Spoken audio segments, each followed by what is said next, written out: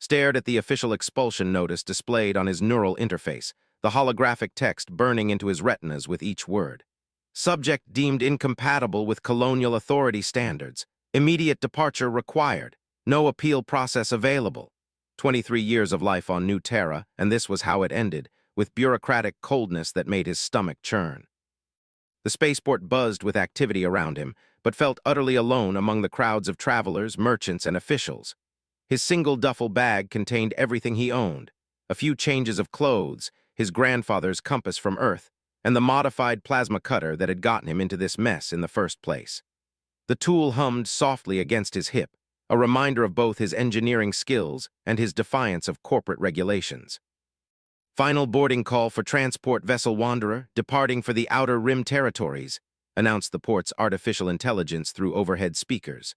Looked up at the massive cargo ship that would carry him away from everything familiar. The Wanderer was a rust bucket hauler, the kind of vessel that took passengers with no questions asked and minimal safety protocols. Perfect for someone with nowhere else to go. As he walked toward the boarding ramp, caught sight of his reflection in a polished metal panel. His Asian features bore the weathered look of someone who spent too much time in maintenance tunnels and not enough time in sunlight. His black hair was unkempt, and his brown eyes held a mixture of anger and determination that had become his trademark. The colonial authority had branded him a troublemaker, but knew the truth. He simply refused to accept their version of progress when it came at the cost of human dignity. The incident that led to his banishment played repeatedly in his mind as he found his assigned sleeping pod aboard the Wanderer. 6 months ago, the Meridian Corporation had announced plans to replace all human maintenance workers with automated systems. Hundreds of families would lose their livelihoods, while the company's executives celebrated increased profit margins. When the workers organized protests, had done what felt right, he had used his engineering expertise to sabotage the automation systems, buying his fellow workers time to negotiate better terms. The plan had worked too well. The disabled systems caused a cascade failure that shut down 3 manufacturing sectors for 2 weeks, costing Meridian millions of credits. Had covered his tracks expertly, but someone had eventually traced the sophisticated sabotage back to him. Rather than face public embarrassment over their security failures, the corporation had pressured the colonial authority to simply make disappear. Now, as the Wanderer's engines roared to life and New Terra shrank away through the small porthole, wondered if he would ever see home again. The captain had mentioned their destination as the Frontier Cluster, a collection of barely habitable worlds on the edge of known space. It was where the desperate, the exiled, and the ambitious went to start over, or to die trying. The journey to the Frontier Cluster took 3 weeks aboard the Wanderer. Spent most of that time in the ship's small workshop, helping the chief engineer keep the aging vessel functional. His natural talent with technology made him invaluable, and he found purpose in the work even as uncertainty gnawed at him. The other passengers were a mixed lot, failed colonists, minor criminals, and dreamers seeking fortune in the outer systems. None of them judged him for his circumstances, which was more kindness than he had received in his final days on New Terra. During the long hyperspace jumps, studied everything he could about their destination. The Frontier Cluster consisted of 7 star systems, each containing worlds that barely qualified as habitable. The largest settlement was Haven Station, built into an asteroid field rich in rare minerals. It served as a trading hub for prospectors, smugglers, and anyone else operating outside the reach of the colonial authority. The station's reputation for lawlessness was legendary, but it also represented freedom from the corporate control that had suffocated spirit.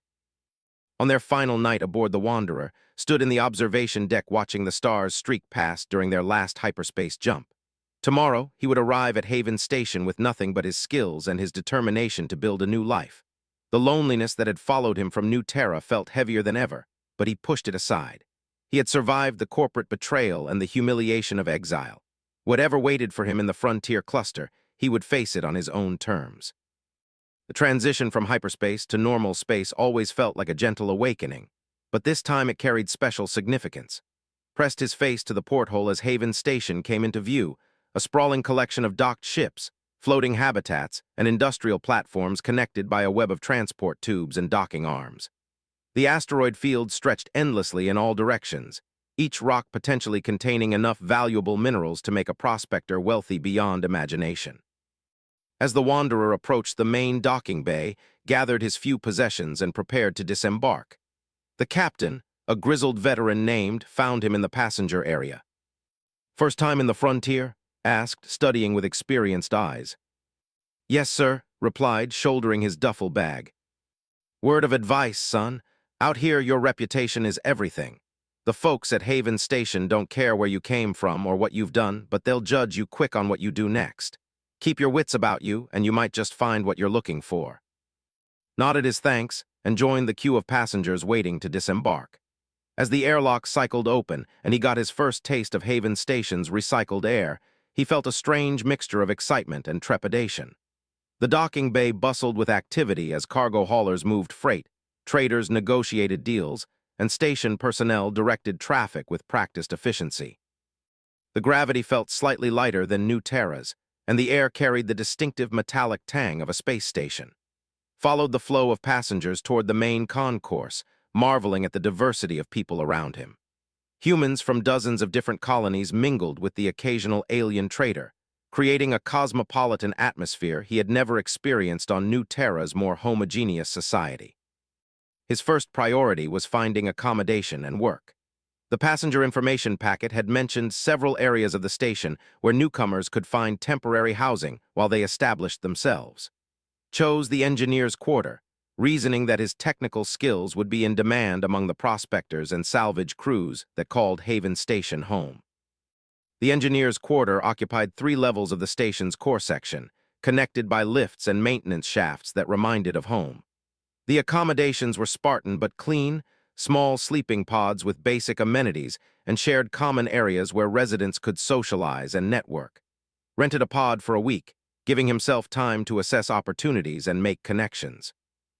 That evening he sat in the quarter's main common area, a circular space with viewports offering spectacular views of the asteroid field.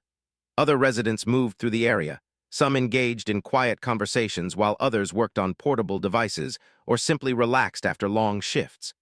The social dynamics reminded him of the worker dormitories on New Terra, but with an important difference. Here, no corporate overseers watched their every move. A woman at a nearby table caught his attention. She appeared to be reviewing technical schematics on a holographic display, occasionally making notes with precise movements that suggested extensive engineering training. Her clothing was practical and well-maintained, and her equipment looked expensive enough to indicate success in her chosen field. When she glanced up and noticed his interest, felt compelled to introduce himself. He said, approaching her table with what he hoped was a friendly expression, "I'm new to the station and looking for work opportunities. Are you hearing by any chance?" The woman studied him for a moment before responding. "Sarah Martinez, Salvage Operations, what's your background?"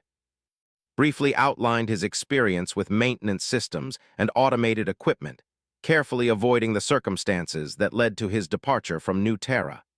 Sarah listened with the attention of someone who understood the value of technical expertise in their dangerous line of work. "I run a small crew that specializes in recovering valuable components from derelict ships," she explained. "The work is dangerous, but it pays well for those skilled enough to survive it.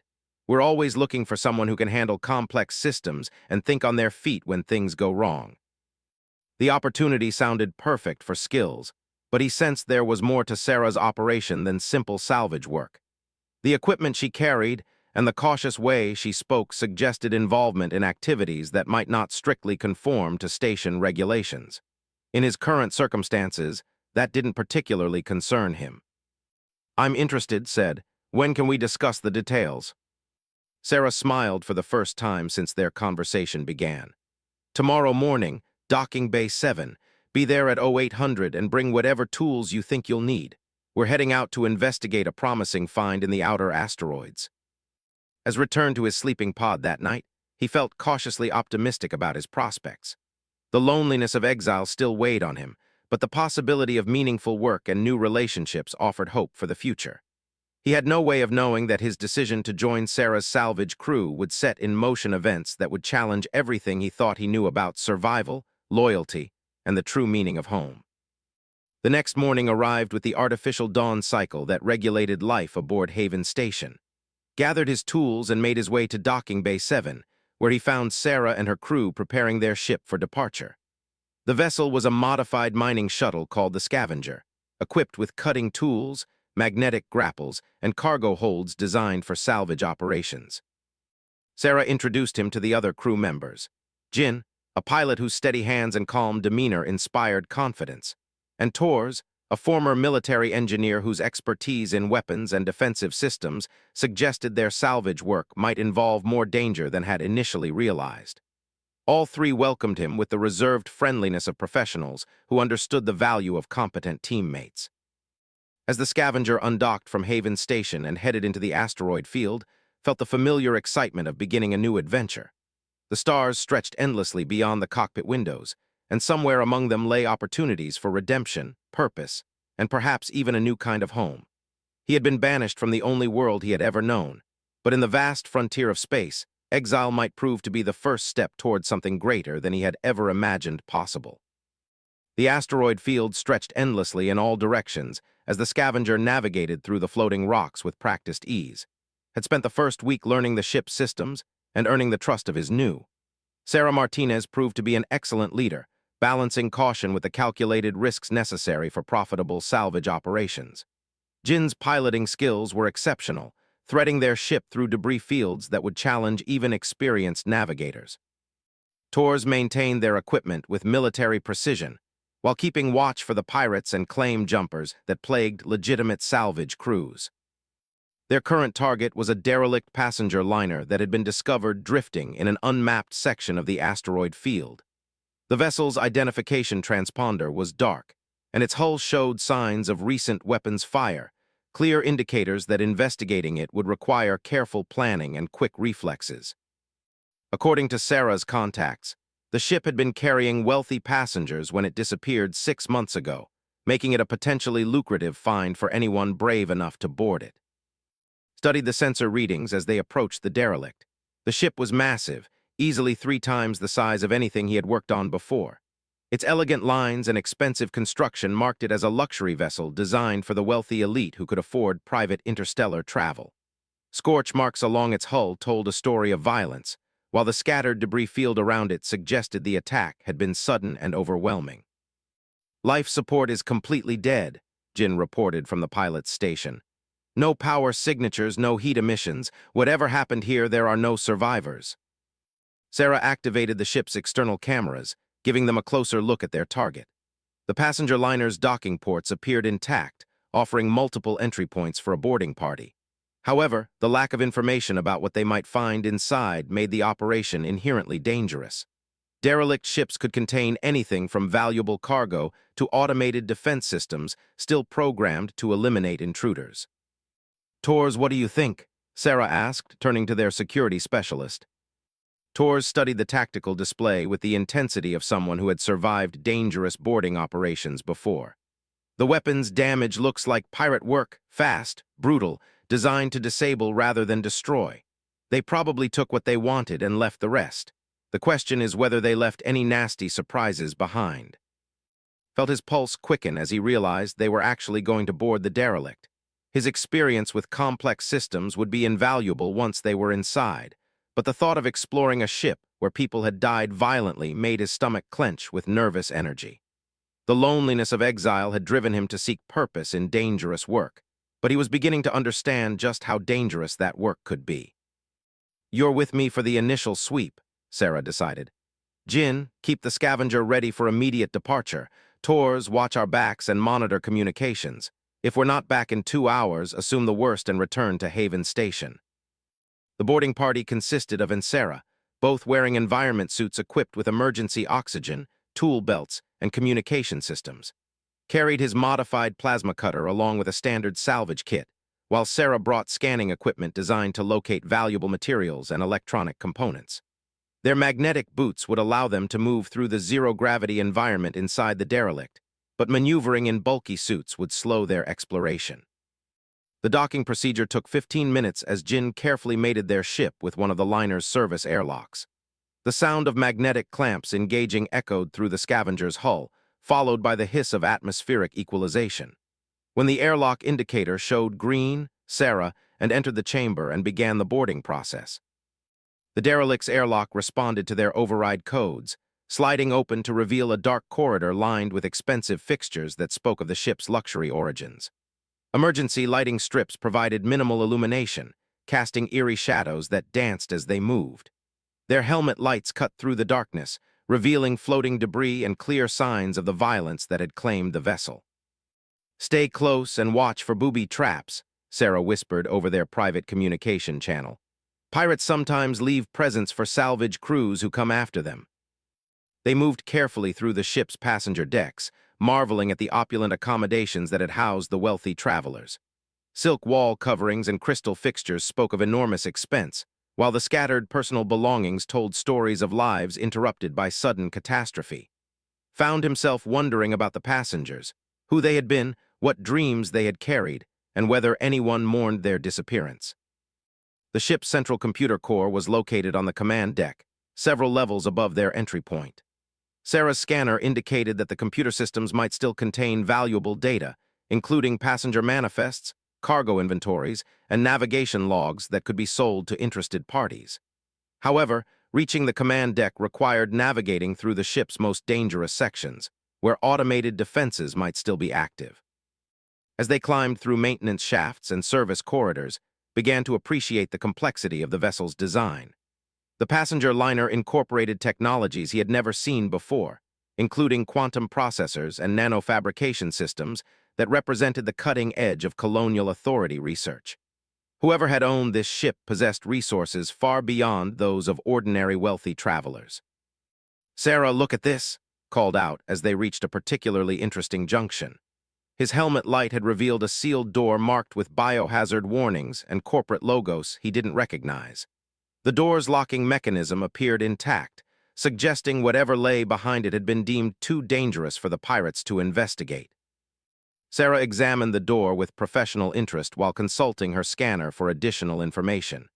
Energy readings suggest active systems behind that door, could be valuable medical equipment or research materials. Mark it for later investigation. We need to reach the computer core first. They continued their ascent through the ship's interior, encountering occasional evidence of the attack that had doomed the vessel. Blast marks bulkheads where defensive weapons had fired, while scattered debris told stories of desperate passengers attempting to reach escape pods that had ultimately failed to launch. The violence had been thorough and professional, suggesting the attackers had intimate knowledge of their target's layout and defenses. The command deck presented a scene of particular devastation when they finally reached it. The bridge crew had clearly fought to the last, with several bodies still floating at their stations in the zero-gravity environment. Forced himself to focus on the mission while suppressing his emotional reaction to the sight of the dead. These people had been murdered for profit, their lives ended by criminals who viewed them as obstacles to be eliminated rather than human beings deserving of respect. "The computer core is intact," Sarah reported with satisfaction as she examined the central processing unit. "Quantum encryption is still active, but I can bypass it with the right tools. This could contain enough valuable information to make our entire year." Began connecting his plasma cutter to the core's access panel while Sarah initialized her hacking software. The process would take time, requiring careful manipulation to avoid triggering security protocols that might erase the stored data. As they worked, found himself thinking about the loneliness that had driven him to this moment, banished from his home world and now robbing the dead for survival. "Contact approaching fast from the asteroid field," Torres announced over their communication system, his voice tense with concern. "Multiple ships, military configuration, could be colonial authority patrol or something worse." Sarah cursed quietly while increasing her efforts to penetrate the computer core's defenses. "How long until they reach us?" 15 minutes at current approach velocity, Jin responded. "Should I begin undocking procedures?" The approaching ships presented a serious dilemma. Retreating immediately would mean abandoning their salvage operation and the valuable data they were attempting to recover. However, remaining to complete their work risked confrontation with whoever was approaching, and in the lawless environment of the asteroid field, that confrontation could easily turn violent. "Hold position but be ready to run," Sarah decided. "Can you accelerate your work on those access panels?" Doubled his efforts, using techniques he had learned during his sabotage operations on New Terra to rapidly bypass security systems. The irony was not lost on him. Skills developed in defiance of corporate authority were now helping him survive in exile. His modified plasma cutter made short work of the physical barriers, while his understanding of quantum encryption allowed him to navigate the electronic defenses. "Got it," announced as the computer core's access panel finally yielded to his efforts. Data streams began flowing into Sarah's portable storage units, containing passenger manifests, cargo inventories, and navigation logs that documented the ship's final voyage. The information would be worth a fortune to the right buyers, assuming they survived long enough to sell it. "Unknown vessel, this is Captain of the Crimson Fleet," came a transmission over the general communication frequency. "You are salvaging in our territory without authorization. Prepare to be boarded for customs inspection." The name Crimson Fleet makes blood run cold. Even someone as new to frontier life as him knew that designation. They were one of the most dangerous pirate organizations in the asteroid field, with a reputation for brutality that made other criminals look civilized by comparison. Being caught by them while conducting unauthorized salvage operations would mean death at best, slavery at worst. "How much longer?" Sarah asked urgently as she monitored the data transfer progress. "2 more minutes for the complete download," replied, forcing himself to remain calm despite the approaching danger. "We can abort now and keep what we've already recovered, or risk everything for the full payload." Sarah made the decision that would define their mission's success or failure. "We finished the job. Jin, prepare for emergency departure on my signal. Tors, charge weapons systems and prepare for defensive action." The next 90 seconds felt like an eternity as data streams continued flowing into their storage units, while pirate ships closed the distance to their position. Monitored the download progress while preparing to disconnect their equipment at a moment's notice. Sarah kept watch on their communication systems, ready to coordinate their escape the instant their mission was complete. "Data transfer complete," announced as the final files finished copying. "We have everything." "Execute immediate departure," Sarah commanded as they began their retreat from the derelict vessel. The sound of magnetic clamps disengaging echoed through their hull as Jin separated the scavenger from the passenger liner's docking port. The chase that followed tested Jin's piloting skills as he maneuvered their heavily loaded salvage ship through the treacherous asteroid field while evading pursuit. The pirates had superior numbers and firepower, but Jin knew the local asteroid formations better than their pursuers, using hidden passages and debris fields to break visual contact and confuse targeting systems. Strapped himself into an acceleration couch as the ship shook under the stress of high-speed maneuvering. Energy beams flashed past their viewports as the pirates attempted to disable their engines, but Jin's evasive actions kept them just ahead of the weapon's fire. The tension was overwhelming, but felt strangely exhilarated by the danger. It was the most alive he had felt since leaving New Terra. After 20 minutes of pursuit, the scavenger finally lost their pursuers in a particularly dense cluster of asteroids. Jin's expert navigation had carried them through passages too narrow for the larger pirate vessels to follow, buying them the time needed to escape to safety.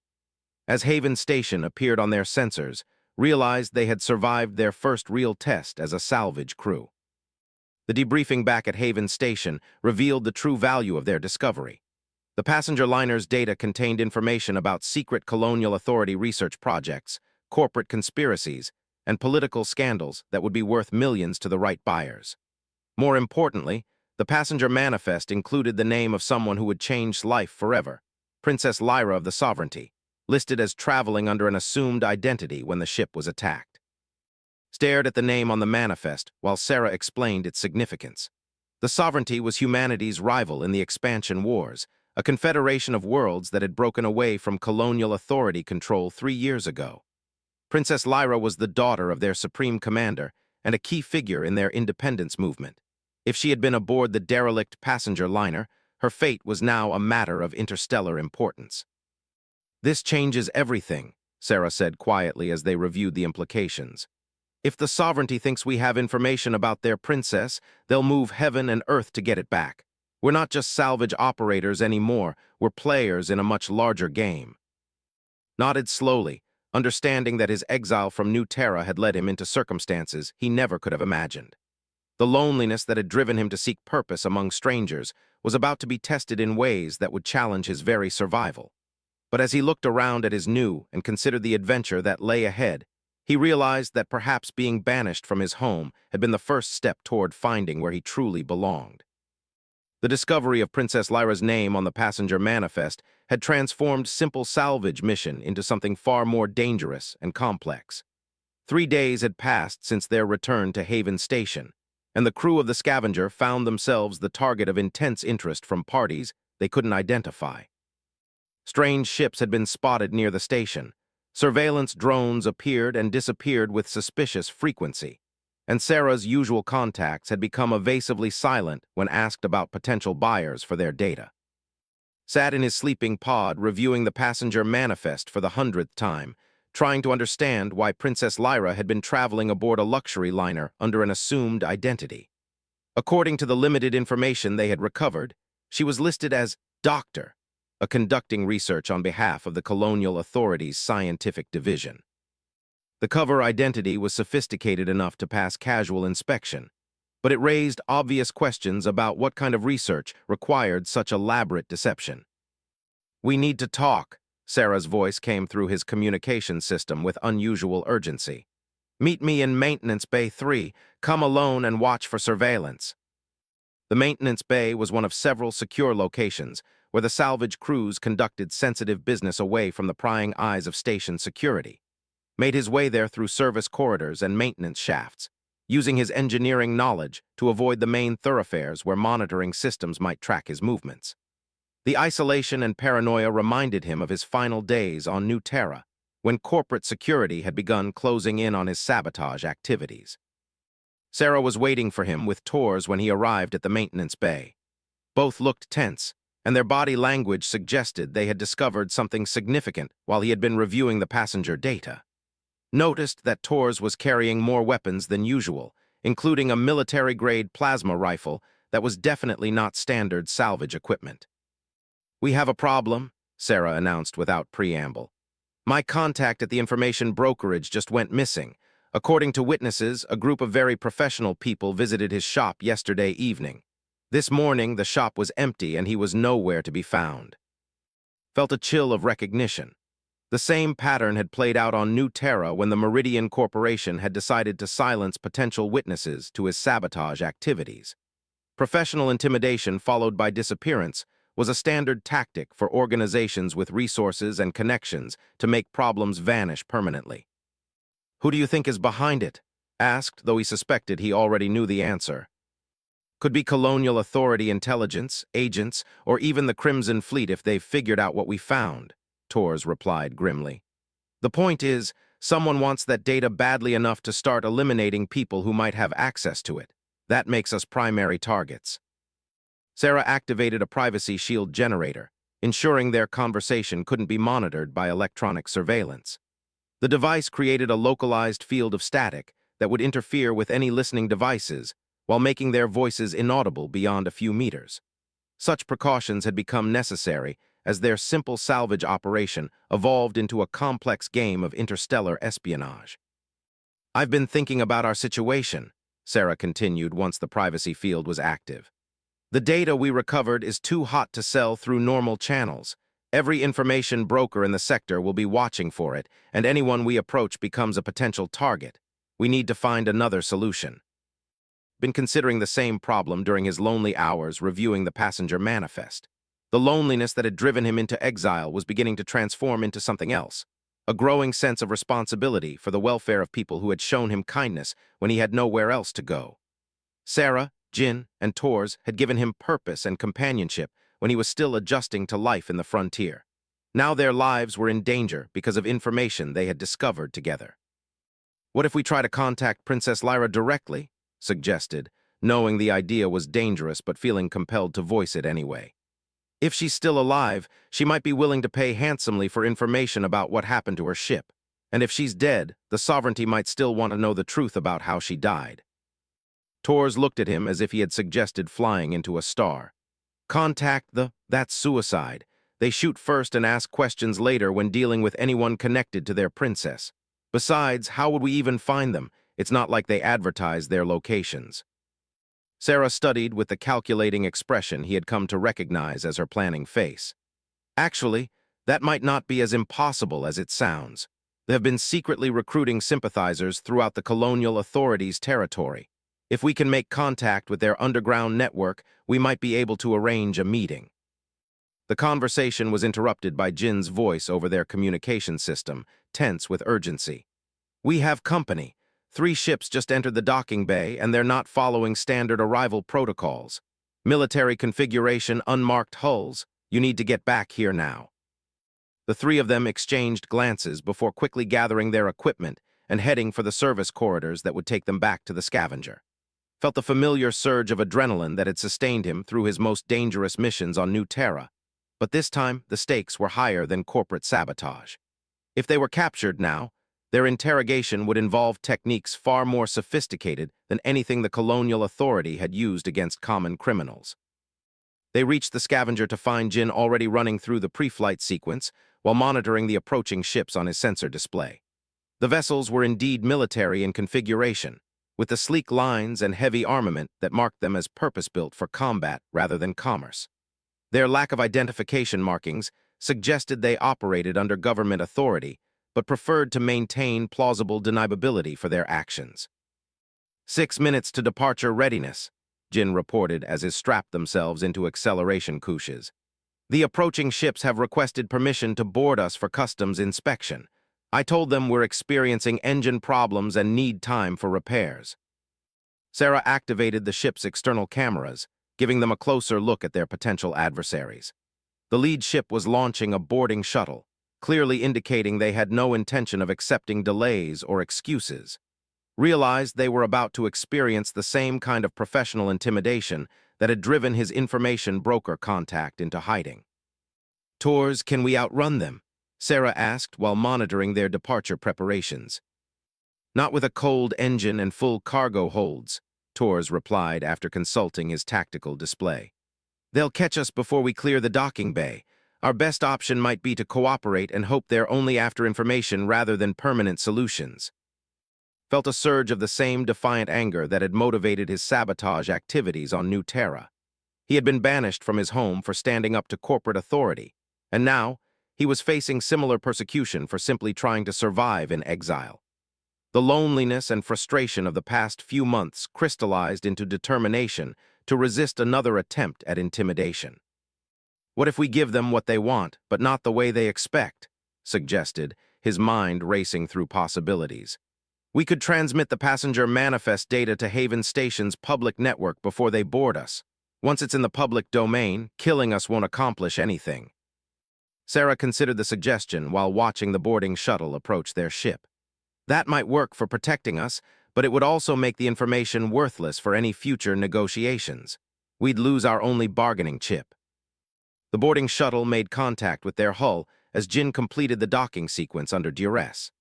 The sound of magnetic clamps engaging echoed through the scavenger's corridors, followed by the cycling of airlock systems as their uninvited visitors prepared to come aboard. Felt trapped between equally dangerous alternatives, knowing that cooperation might mean disappearance while resistance could mean immediate violence. "This is Commander Harrison of Colonial Authority Intelligence," announced a professional voice over their communication system. "Prepare for customs inspection. All crew members report to the main cargo hold for questioning." The intelligence team that boarded the scavenger was everything had expected from his experience with corporate security on New Terra, but elevated to military standards. 6 operatives in black tactical gear moved through their ship with practiced efficiency, treating the crew with cold professionalism while searching for evidence of illegal activities. Commander Harrison was a middle-aged woman whose bearing suggested extensive experience with situations exactly like this one. "Lady," Harrison began as the crew assembled in their cargo hold under armed guard, "we have reason to believe you recently salvaged a derelict vessel containing materials relevant to colonial authority interests. We're prepared to offer compensation for your cooperation in recovering those materials." Sarah stepped forward as their designated spokesperson, maintaining the calm demeanor that had made her successful in dangerous situations. "We're licensed salvage operators conducting legitimate business in unclaimed territory. If you have specific concerns about our activities, Perhaps we can discuss them professionally." Harrison smiled with the expression of someone who had heard every possible variation of that response. "The vessel you salvaged was the passenger liner Golden Dreams, which disappeared 6 months ago while carrying classified materials. Those materials are the property of the Colonial Authority and must be returned immediately." Realized they were facing opponents who possessed detailed information about their activities. The intelligence team knew exactly which ship they had salvaged and apparently understood the significance of what they had found. This suggested surveillance capabilities far beyond anything he had imagined, making him wonder how long they had been watched. "We recovered standard passenger and cargo manifests," Sarah replied carefully. "Nothing that appeared to be classified or restricted. If there are specific items you're concerned about, we're willing to discuss reasonable compensation." Harrison gestured to one of her operatives, who produced a portable scanner and began examining the cargo hold for hidden storage compartments. "Ms. Martinez, we know you recovered the ship's complete computer core. That core contains information about a passenger traveling under false identification, information that could prove embarrassing to certain government officials if it became public knowledge." The admission confirmed suspicions about Princess Lyra's true importance. The Colonial Authority wasn't just concerned about the sovereignty learning the fate of their princess. They were worried about what her presence aboard their ship might reveal about secret negotiations or covert operations. The passenger manifest was apparently only the beginning of a much larger conspiracy. "What exactly are you proposing?" Sarah asked, maintaining her professional demeanor despite the obvious threat implicit in their situation. "Complete transfer of all data recovered from the Golden Dreams, along with your silence regarding this entire affair," Harrison replied. "In exchange, you'll receive compensation sufficient to purchase a new ship and establish yourselves anywhere in Colonial Authority space. Refuse, and you'll face charges of theft of government property and violations of the Espionage Act." Felt the same desperate anger that had driven him to sabotage corporate systems on New Terra. Once again, he was facing an ultimatum from authorities who viewed him as disposable, offering him the choice between cooperation and destruction.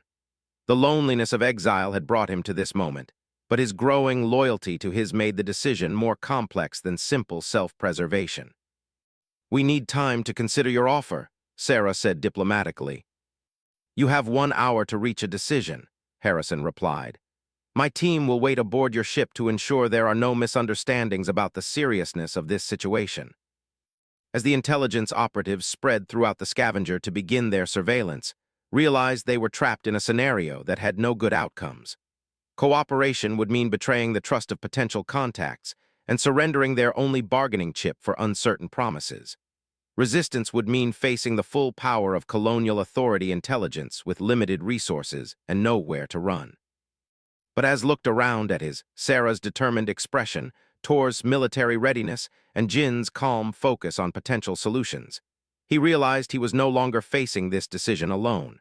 The loneliness that had driven him into exile was being replaced by something he had never expected to find among strangers, a sense of belonging that was worth fighting to preserve.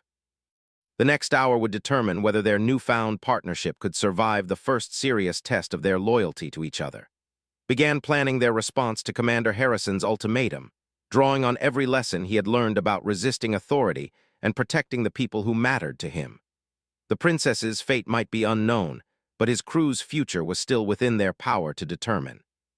"Sarah," whispered when Harrison's attention was focused elsewhere, "I have an idea, but it's going to require trusting me completely. Are you willing to take that risk?" Sarah met his eyes and nodded slightly. "What do you need?" Smiled with the same confidence that had sustained him through his most audacious sabotage operations. "Time to show them why banishing me from New Terra was their biggest mistake." His plan required precise timing and a level of technical skill that pushed his abilities to their absolute limits. While Commander Harrison's intelligence team maintained their surveillance of the scavenger, he had quietly accessed the ship's maintenance systems through his engineering console, preparing a complex sabotage operation that would create chaos without causing permanent damage. The technique was similar to what he had used against Meridian Corporation, but adapted for the zero-gravity environment of a space station. The key to success lay in understanding that Haven Station's power grid operated on a delicate balance between multiple generation sources and thousands of individual systems. A carefully orchestrated overload in the right locations could trigger cascading failures that would overwhelm the station's automated repair systems, creating confusion that would mask their escape. Had spent his first week studying the station's technical specifications, never imagining that knowledge would become crucial to his survival. 15 minutes until your deadline expires, Harrison announced, checking her chronometer while maintaining professional composure. I trust you've reached a reasonable decision regarding our generous offer. Sarah exchanged glances with, who gave her the subtle signal they had agreed upon to indicate his preparations were complete. Commander, we appreciate your patience with our deliberations. However, we need to discuss one technical issue regarding the data transfer. Mr. has identified some corruption in our storage systems that might affect the integrity of the files. Harrison's expression sharpened with suspicion, but she couldn't ignore the possibility that technical problems might compromise the data she was trying to recover. Explain the nature of this corruption. Stepped forward with the confident demeanor of an engineer discussing his area of expertise. The derelict ship's computer core used quantum encryption protocols that interact unpredictably with our storage matrix. If we transfer the files without proper error correction, some information might be permanently lost during the process. How long would these corrections require? Harrison asked, clearly annoyed but unwilling to risk losing valuable intelligence. 20 minutes to run a complete diagnostic and implement the necessary protocols, replied, knowing that timing was crucial to the success of his plan. I'll need access to the ship's main computer core to monitor the process. Harrison considered the request while weighing the risks of allowing him unsupervised access to their systems. You have 15 minutes. Operative Martinez will accompany you to ensure there are no irregularities in the process. Nodded professionally while suppressing his relief that the plan was proceeding as expected. Of course. Sarah, I'll need your assistance with the quantum encryption algorithms. Tors and Jin can monitor our progress from the bridge. The group moved through the ship according to directions, with Harrison's operative maintaining close surveillance while remaining ignorant of the true purpose of their technical work. Began initializing legitimate diagnostic procedures to provide cover for his real activities, using his engineering access codes to penetrate deeper into Haven Station's infrastructure networks than any normal maintenance operation would require. Error correction matrices are responding normally, announced while secretly uploading a complex virus into the station's power management systems. Sarah, can you verify the quantum coherence parameters on the secondary storage banks?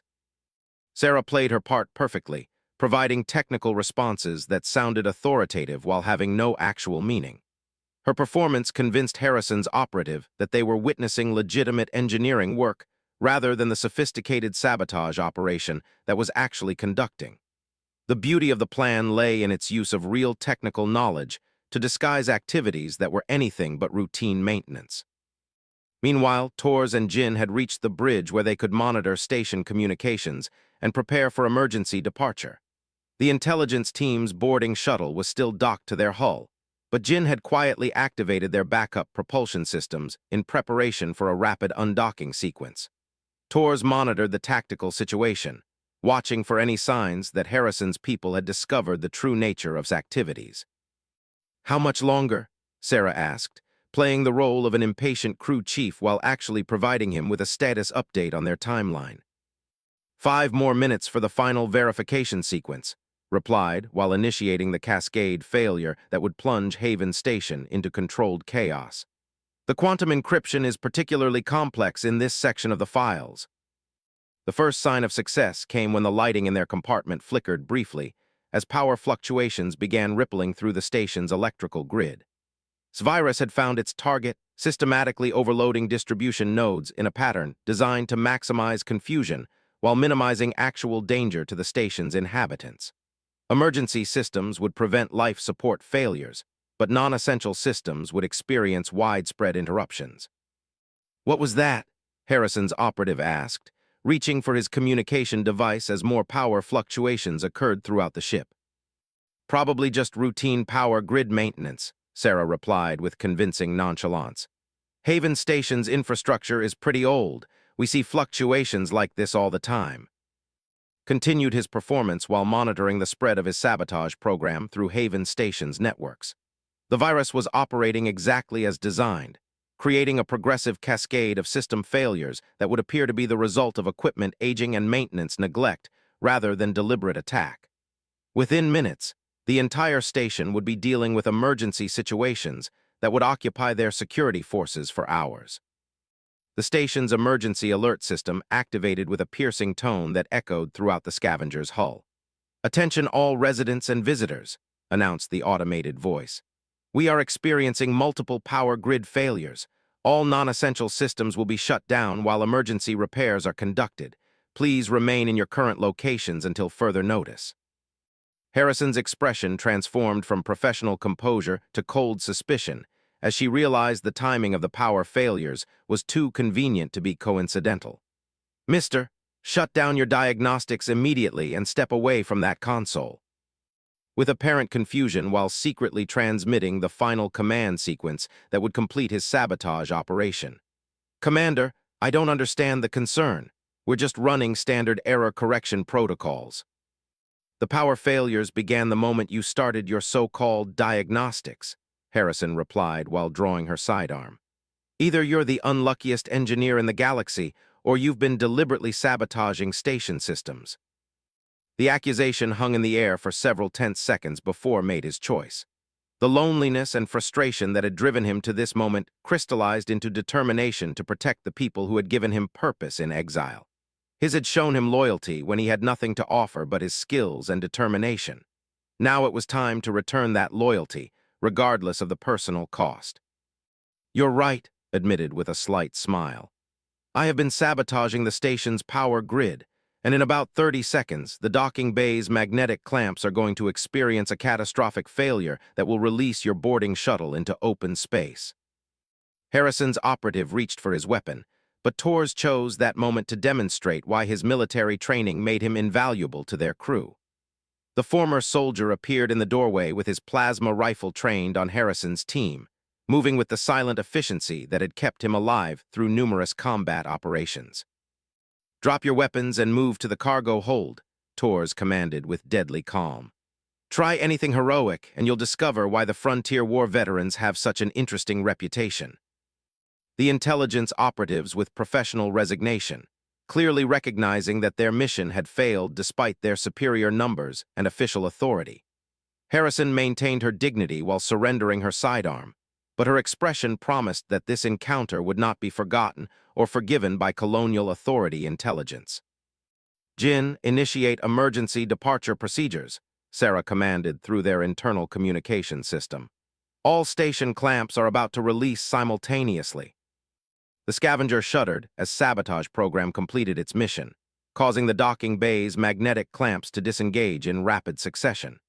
Jin's piloting skills were immediately tested as he maneuvered their ship away from Haven Station, while dozens of other vessels experienced similar unexpected releases.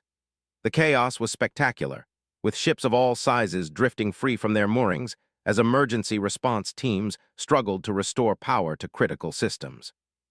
"Where are we going?" Jin asked as he guided them clear of the immediate collision hazard.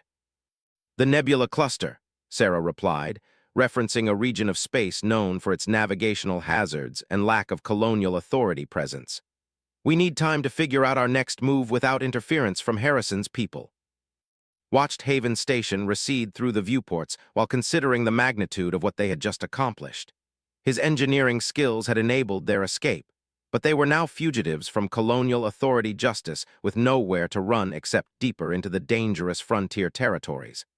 The loneliness of exile had been replaced by the camaraderie of outlaws, but their future remained uncertain. "What about our prisoners?" Torres asked, indicating Harrison's team in the cargo hold. "We'll release them at the first neutral station we encounter," Sarah decided. "Keeping colonial authority intelligence operatives as prisoners would make us legitimate targets for military retaliation." The journey to the Nebula Cluster took 6 hours, during which had time to consider the implications of their escape from Haven Station. They had successfully evaded capture, but their actions had marked them as enemies of the colonial authority and potential allies of the sovereignty. The passenger manifest data remained their only bargaining chip in a game that was becoming increasingly dangerous with each passing hour. Commander Harrison spent most of the journey in professional silence, occasionally consulting with her operatives in whispered conversations that suggested they were planning their response to this humiliation. Realized that his sabotage of Haven Station had probably caused enough chaos to kill any civilians caught in the wrong place at the wrong time, making him responsible for consequences he couldn't have predicted or prevented. Harrison called out as they approached the edge of the nebula cluster. You should know that your actions today will have repercussions far beyond your comprehension. The colonial authority doesn't forget acts of terrorism against civilian installations. Met her gaze without flinching, drawing on the same stubborn courage that had sustained him through his exile from New Terra. Commander, I learned a long time ago that standing up to authority figures comes with consequences. The question is whether those consequences are worth avoiding by surrendering your principles. Harrison's expression suggested she found his response naive, but detected a grudging respect for his willingness to accept responsibility for his choices. Young man, you have no idea what forces you're dealing with. The information you recovered from that derelict ship is connected to matters of interstellar security that could affect the survival of human civilization itself. The ominous warning reminded that Princess Lyra's presence aboard the Golden Dreams represented mysteries far deeper than simple political espionage. If Harrison was willing to hint at larger conspiracies even while being held prisoner, the stakes involved in their possession of the passenger manifest were higher than any of them had realized. Maybe it's time we found out exactly what those forces are, replied as he watched the swirling colors of the nebula fill their viewports. And maybe it's time Princess Lyra learned what really happened to her ship. The first step toward finding those answers lay ahead in the nebula's concealing embrace, where they would have time to plan their approach to the most dangerous gamble of life. The loneliness of exile was becoming a distant memory, replaced by the excitement of adventure, and the knowledge that he was no longer facing the universe alone. Whatever lay ahead, he would meet it with companions he trusted and skills that had already proven capable of challenging the most powerful authorities in human space. The hunt for Princess Lyra was about to begin, and was ready to discover whether banishment from his home world had been the first step toward finding his true destiny among the stars. The nebula cluster provided perfect concealment for the scavenger, as his crew planned their most audacious mission yet.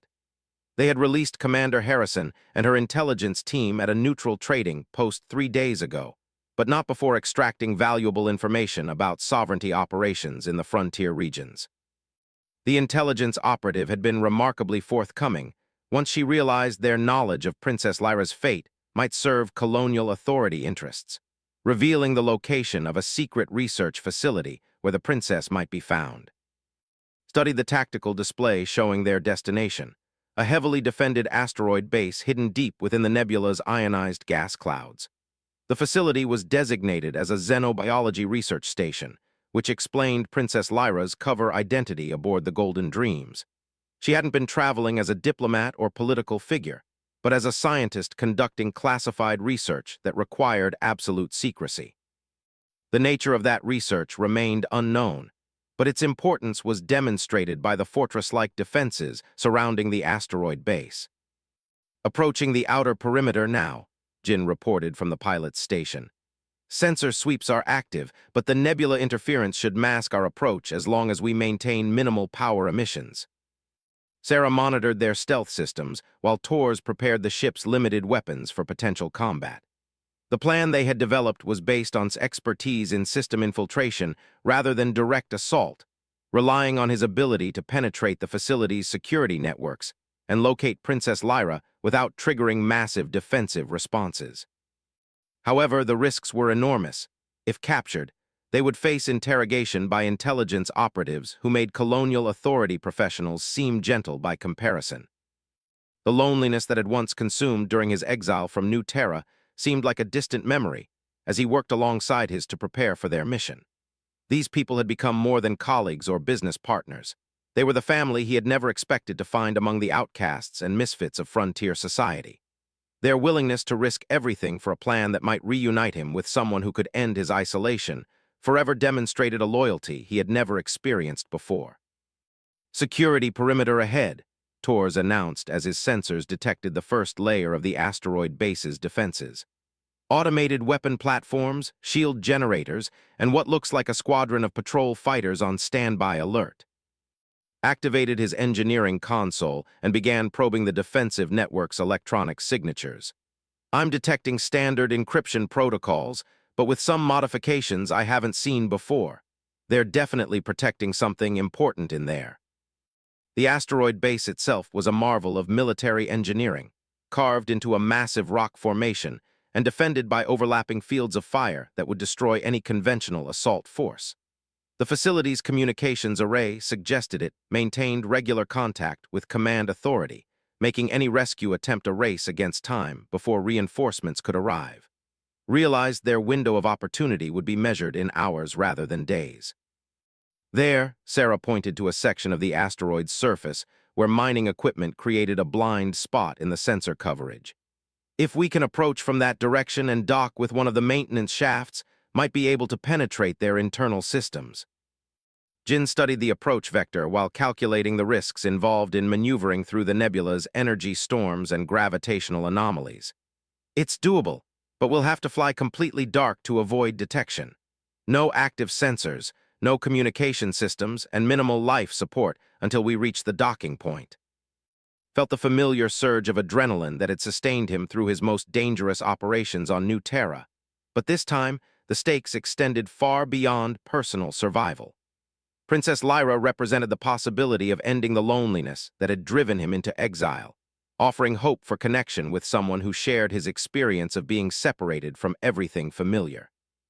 The passenger manifest had revealed her academic credentials and research interests, suggesting they had more in common than their mutual exile from their respective home worlds.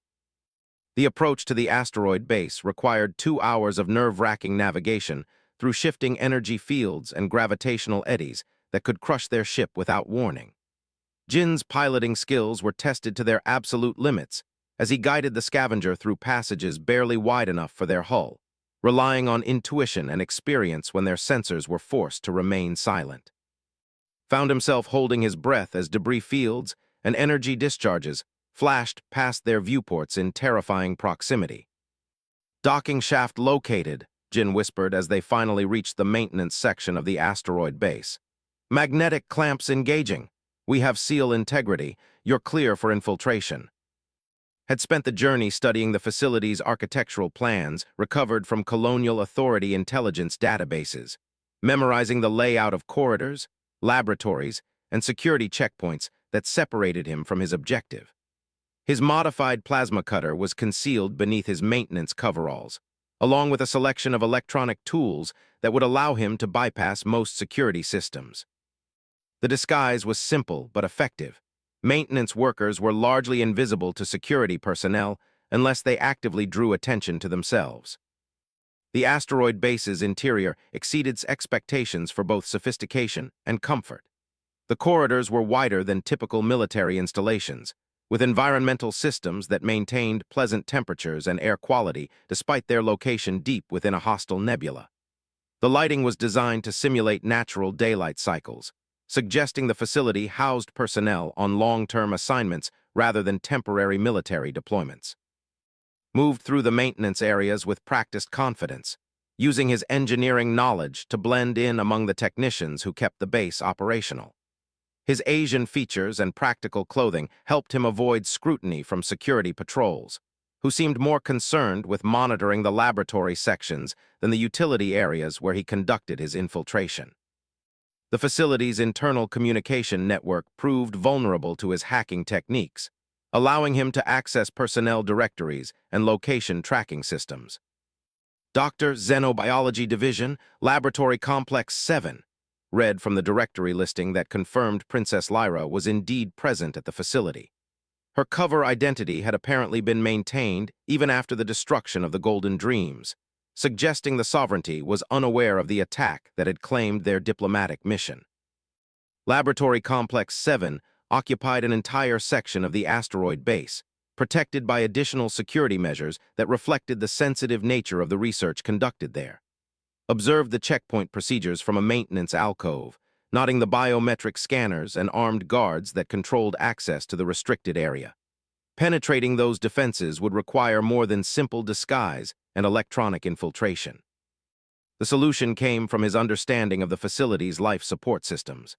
Every laboratory required specialized atmospheric controls to maintain sterile environments for scientific research, which meant dedicated ventilation shafts that bypassed the security checkpoints. Located the appropriate service access, and began his careful climb through the facility's mechanical systems toward Laboratory Complex 7. The ventilation shaft provided an excellent view of the laboratory where Princess Lyra worked, allowing to observe her for several minutes before making contact. She appeared to be in her mid-20s, with auburn hair tied back in a practical style and green eyes that reflected intense concentration as she studied biological samples through a high-powered microscope. Her movements were graceful but efficient, suggesting someone accustomed to working in demanding environments under pressure. Was struck by how normal she appeared despite her royal status and the dangerous circumstances of their situation. The loneliness that had motivated his search for her suddenly seemed less important than the realization that she was a real person with her own hopes, fears, and dreams, rather than a symbolic figure representing his escape from isolation. Meeting her would mean disrupting her life as completely as his own had been disrupted by exile from New Terra. "Doctor," called softly through the ventilation grate, hoping to attract her attention without alerting anyone else in the laboratory. Princess Lyra looked up from her microscope with surprise, scanning the area for the source of the voice. When her eyes finally located the ventilation grate where was concealed, her expression shifted from confusion to alarm as she realized someone had infiltrated the supposedly secure facility. "Don't be afraid," continued in a whisper. "I'm here about the Golden Dreams. I have information about what happened to your ship." The mention of her previous mission transformed Princess Lyra's alarm into intense interest. She glanced around the laboratory to ensure they weren't being observed before approaching the ventilation grate where waited. Her green eyes studied his face with intelligence that suggested she was evaluating both his credibility and the risks of continuing their conversation. "Who are you?" she asked quietly. "How did you get past security?" I'm a salvage operator who recovered data from your ship's computer core. The Golden Dreams was attacked by pirates 6 months ago. Everyone aboard was killed except. Apparently you weren't on the ship when it was attacked." Princess Lyra's expression revealed that his information was news to her, confirming that the Sovereignty had maintained the cover story about her research mission rather than revealing the ship's destruction. "You're certain about this? The Golden Dreams was destroyed." "I have the passenger manifest and cargo records to prove it," replied. "But more importantly, I have information about why Colonial Authority intelligence is so desperate to recover those records. They're willing to kill to keep your research secret." The sound of approaching footsteps in the laboratory corridor forced them to suspend their conversation before it could develop further. Princess Lyra returned to her microscope while retreated deeper into the ventilation system, but not before exchanging a look that promised their discussion would continue when circumstances permitted. The brief encounter had confirmed that she was indeed alive and apparently unaware of the larger conspiracy surrounding her research. Spent the next 3 hours mapping the facility's security systems and planning an extraction route that would allow them to escape without triggering massive defensive responses. The asteroid base's isolation within the nebula worked both for and against them. While their approach had been concealed by the energy interference, their departure would face the same navigational hazards that had made their arrival so treacherous. When laboratory shift changes provided another opportunity for contact, returned to the ventilation grate where Princess Lyra was waiting with obvious anticipation. This time, she had prepared questions that revealed her understanding of the political implications of his information. "If the Colonial Authority is suppressing information about my research, it means they've discovered something they don't want the Sovereignty to know," she said without preamble. "My work involves studying biological samples from newly discovered worlds, samples that could revolutionize our understanding of life in the galaxy." Realized he was dealing with someone whose intelligence and scientific training made her a valuable ally rather than simply a rescue target. "What kind of samples? Something that would justify assassination and cover-ups." "Evidence of non-terrestrial intelligence," Princess Lyra replied quietly. "Not just alien life, but signs of advanced civilizations that predate both human and known alien species. My research suggests we're not the first intelligent species to explore this galaxy. The revelation transformed understanding of everything that had happened since they discovered the passenger manifest. The attack on the Golden Dreams hadn't been random piracy. It had been a deliberate attempt to prevent Princess Lyra's research from reaching authorities. The colonial authorities' desperation to recover the ship's data now made perfect sense, as did their willingness to use extreme measures against anyone who threatened to expose their conspiracy. "They tried to kill you to prevent the sovereignty from learning about these discoveries," said, the pieces of the puzzle finally falling into place. "But you weren't on the ship when they attacked." "I had remained here to continue my analysis of the samples," Princess Lyra confirmed. "The Golden Dreams was returning to space with preliminary data while I completed the detailed biological assessment. When communication was lost, we assumed it was due to nebula interference rather than hostile action." Studied her expression as she processed the implications of his information. The loneliness that had driven him to seek her out was being replaced by something more complex, a growing understanding that their meeting represented an opportunity to expose corruption that threatened the future of human civilization itself. Her research could change everything, assuming they could survive long enough to share it with the galaxy. "Dr. Princess Lyra, I can get you out of here," offered, knowing the decision would irrevocably change both their lives. "My crew has a ship waiting outside the perimeter. We can take you anywhere you want to go." Princess Lyra was quiet for several moments, weighing her options while considering the risks involved in trusting a stranger who had appeared from nowhere with incredible claims about conspiracy and assassination. Finally, she met his eyes with determination that reminded of his own choice to resist authority on New Terra. "Mister, if what you're telling me is true, then my continued presence here puts everyone at this facility in danger. The colonial authority won't hesitate to destroy this entire base to prevent my research from becoming public knowledge."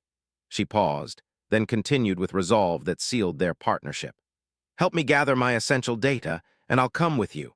But understand that once we leave here, we'll be hunted by the most powerful forces in human space." Smiled with the same confidence that had sustained him through exile and rebellion. "Princess, being hunted by powerful authorities is something I have considerable experience with. The question is whether you're prepared to discover just how far this conspiracy reaches." As they began planning their escape from the asteroid base, realized that his banishment from New Terra had indeed been the first step toward finding his true purpose among the stars.